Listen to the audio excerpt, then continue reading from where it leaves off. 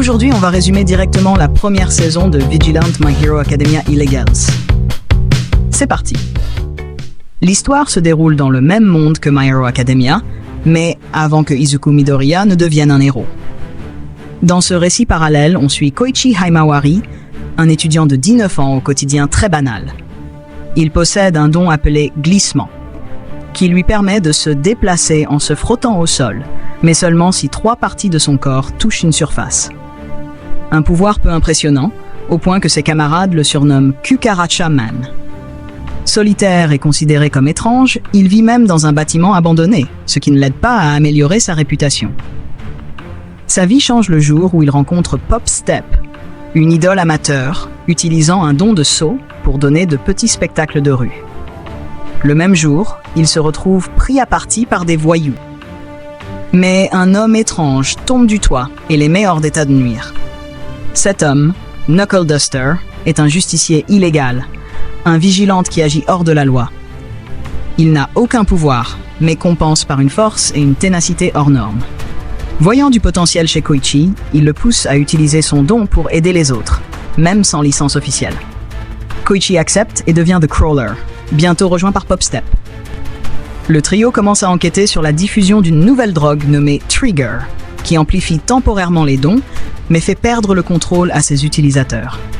Les consommateurs se reconnaissent à leur langue devenue noire.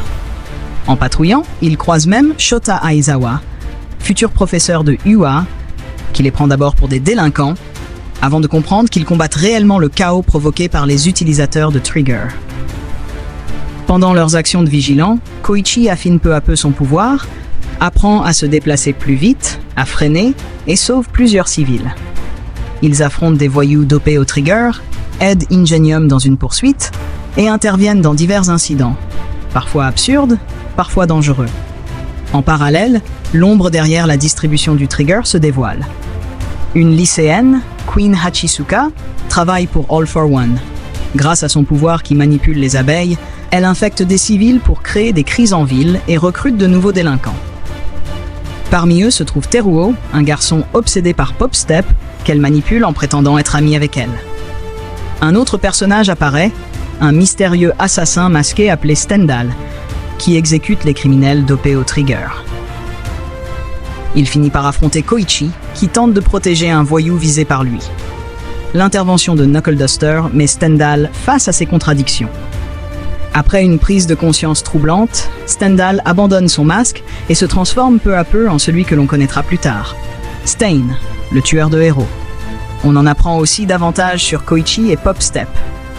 Koichi avait autrefois raté l'examen d'entrée pour devenir héros en sauvant un enfant tombé dans une rivière, sans savoir que cet enfant était en réalité une fille, Kazuo, Pop Step elle-même. Celle-ci garde encore la veste qu'il lui avait offerte pour la réchauffer. Une relation plus profonde se construit entre eux, bien qu'elle soit perturbée par l'arrivée de Makoto, une étudiante intelligente, enquêtant sur les vigilants. Les choses se compliquent lorsque la mère de Koichi arrive en ville et qu'une crise éclate. Un chat dopé au Trigger fusionne avec un bus, provoquant un incident spectaculaire.